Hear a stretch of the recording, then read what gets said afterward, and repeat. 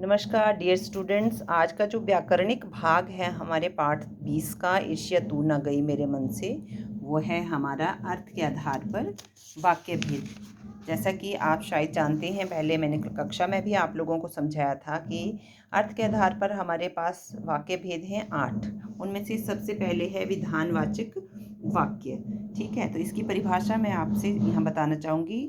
जिन वाक्यों से किसी काम के करने या होने का भाव प्रकट हो उसे तथा किसी व्यक्ति या वस्तु के बारे में सामान्य जानकारी प्राप्त हो, विधानवाचक वाक्य कहलाती हैं। जिस तरह से यहाँ एग्जाम्पल भी दिए हुए, हमने जीवन में कई पड़ोस बदले हैं। उस दिन शनिवार था, उसका रोम रोम पुलकित होता। कहने का अर्थ ये है कि इस वाक्य में हमारे साधारण वाक्य जो है वो आएगा। और दूसरा है हमारा निषेधवाचक वाक्य। इसमें जैसे किसी चीज़ को ना करने का भाव प्रकट होता है, जैसे उसके पास एक भी कोट नहीं है, राधा कुछ ना कर सकी, वह एकाएक कोई उपाय नहीं दे सका। तो इस तरह से कोई कार्य ना होने का जब बोध प्रकट होता है, वहाँ निषेधवाचक वाक्य होता है। इसी तरह के एक और आज्ञार्थक वाक्य है हमारा। कई बार इसमें भी कोई कार्य ना करने के लिए कहा जाता है, लेकिन वहाँ भाव देखना है आप लोगों ने कि कौन सा भाव यहाँ सामने आ रहा है।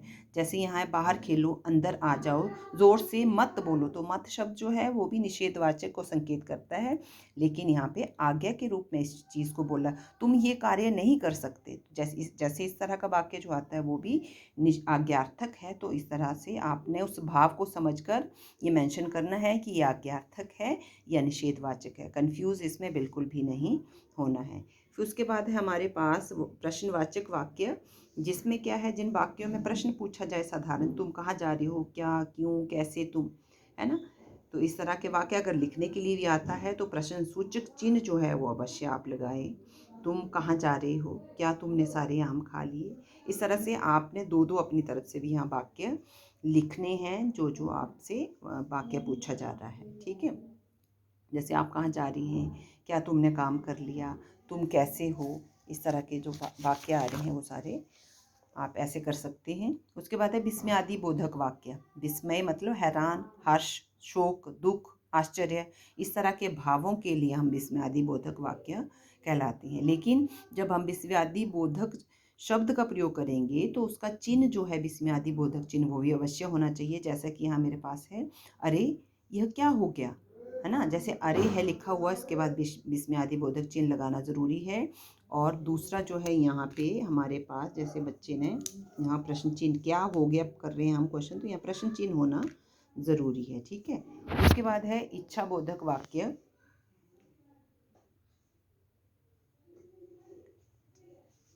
इच्छा बोधक वाक्य में है जैसे किसी कार्य के लिए इच्छा करना, शुभ कामना करना। और नेगेटिव साइड में जैसे अभिशाप जो है वो भी हम इसमें इंक्लूड करेंगे। जैसे काश हम चांद की सैर करते, काश मेरे भी अच्छे अंक आते, काश मैं कक्षा में प्रथम आता। तो ये काश से हमारे कई तरह के इच्छा बोधक वाक्य। आपकी यात्रा मंगलमय हो, भगवान करे तुम अपनी मंजिल प्राप्त करो, है ना। तो इस तरह के वाक्य जो हैं वो इच्छा बोधक में आएंगे। इसके बाद है जैसे हमारे पास नेक्स्ट है संदेह बोधक वाक्य, जो कि 8वां वाक्य है। संदेह मतलब शायद कल बारिश हो, शायद मैं कल स्कूल ना आऊँ, शायद कल तक मेरा सारा काम ख़त्म हो जाए, शायद मैं कल दिल्ली जाऊँ, हो सकता है कि ऐसा हो सकता है वैसा हो। तो इस तरह के वाक्य जो है हमारे संदेह बोधक वाक्यों में गिने जाते हैं। तो आई होप ये बहुत ईजी और आसान सा ये हमारा विषय है। तो आप इसकी पुनरावृत्ति करेंगे और इसको अच्छी तरह से समझने का प्रयास करेंगे। ठीक है, धन्यवाद। आपका दिन मंगलमय हो।